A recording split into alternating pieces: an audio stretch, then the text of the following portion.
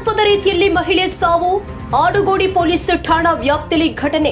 ಖಾಸಗಿ ಕಂಪನಿಯಲ್ಲಿ ಕೆಲಸ ಮಾಡ್ತಾ ಇದ್ದ ಯುವತಿ ಪೂಜಾ ದತ್ತಾ ಎಂಬಾಕೆ ಸಾವು. ಬಾಡಿಗೆ ಮನೆಯಲ್ಲಿ ನಿನ್ನೆ ಸಂಜೆ ಸಾವನ್ನಪ್ಪಿರುವ ಮಹಿಳೆ. ಆಡುಗೋಡಿ ಪೊಲೀಸ್ ಠಾಣಾ ಪೊಲೀಸರು ಭೇಟಿ ಕೊಟ್ಟು ಪರಿಶೀಲನೆ ಮಾಡಿದ್ದಾರೆ. ಆಡುಗೋಡಿ ಪೊಲೀಸ್ ಠಾಣಾ ವ್ಯಾಪ್ತಿಯಲ್ಲಿ ಘಟನೆ ಬೆಳಕಿಗೆ ಬಂದಿದೆ.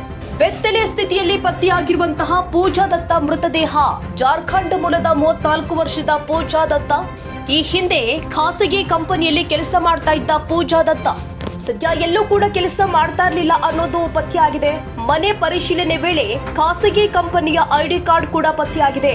ರೂಮ್ನಲ್ಲಿ ಬೆತ್ತಲೆಯಾಗಿ ಪತ್ತೆಯಾಗಿರುವಂತಹ ಪೂಜಾ ದತ್ತಾ ರೂಮ್ ತುಂಬಾ ಕೆಲ ಪೇಪರ್ಗಳು ಹರಿದಾಕಿರೋದು ಪತ್ತೆಯಾಗಿದೆ. 2-3 ದಿನಗಳ ಹಿಂದೆ ಸಾವನ್ನಪ್ಪಿರುವ ಶಂಕೆ ವ್ಯಕ್ತವಾಗ್ತಾ ಇದೆ.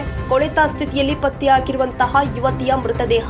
ವಾಸನೆ ಬಂದು ನೋಡಿದ್ದ ಅಕ್ಕಪಕ್ಕದ ರೂಮ್ನವರು ಬಾಗಿಲು ತೆಗೆದು ನೋಡಿದಾಗ ಮೃತದೇಹ ನೋಡಿ ಪೊಲೀಸರಿಗೆ ಕರೆ ಮಾಡಿದ್ದಾರೆ.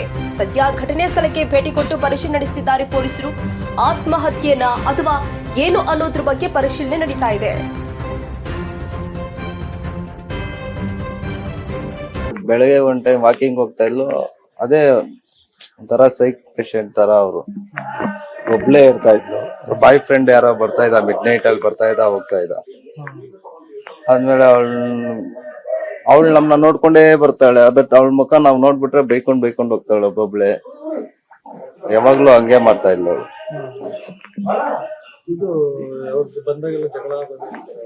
ಅದೆಲ್ಲ ಏನ್ ನಮ್ದು ಗ್ರೌಂಡ್ ಫ್ಲೋರ್ ಅಲ್ಲಿ ಕೇಳ್ಸಲ್ಲ ಏನು. ಅಂದ್ರೆ ಹಾಡು ಹೇಳ್ತಾ ಇದ್ಲು ಅಂತ ಓನರ್ ಹೇಳಿದ್ರು, ಮನೆ ಓನರು. ರಾತ್ರಿ ಎಲ್ಲ ಒಬ್ಳೆ ಹಾಡು ಹೇಳ್ಕೊಂಡೇ ಇರ್ತಾಳಂತೆ ಜೋರಾಗಿ ಎಲ್ಲ. ಅವಳು ಸತ್ಯ ಒಂದ್ 3-4 ಗುರುವಾರ ಮಾತಾಡ್ಸುದ್ರಂತೆ ಬಂದು. ಗುರುವಾರ ಎದ್ದಿದ್ಲಂತೆ ಮೊನ್ನೆ. ಅದಾದ್ಮೇಲೆ ಅವತ್ತೇ ಏನೋ ಸೂಸೈಡ್ ಮಾಡ್ಕೊಂಡ್ಲ ಇಲ್ಲ ಏನಾಯ್ತೋ ಗೊತ್ತಿಲ್ಲ. ಒಳಗಡೆ ಡೋರ್ ಲಾಕ್ ಹಾಕಿತ್ತು, 3 ಡೋರ್. ನೆನ್ನೆ ಅದೇ ಬಾಡಿ ಸ್ಮೆಲ್ ಬಂತಲ್ಲ, ಅಕ್ಕಪಕ್ಕ ಮೇಲ್ಗಡೆ ಇರೋಲ್ಲ, ಆ ಕಡೆ ಪಕ್ಕದಲ್ಲಿ ಇರೋರು ಸ್ಮೆಲ್ ಬರ್ತೈತೆ ನೋಡಿ ಅಂದ್ರೆ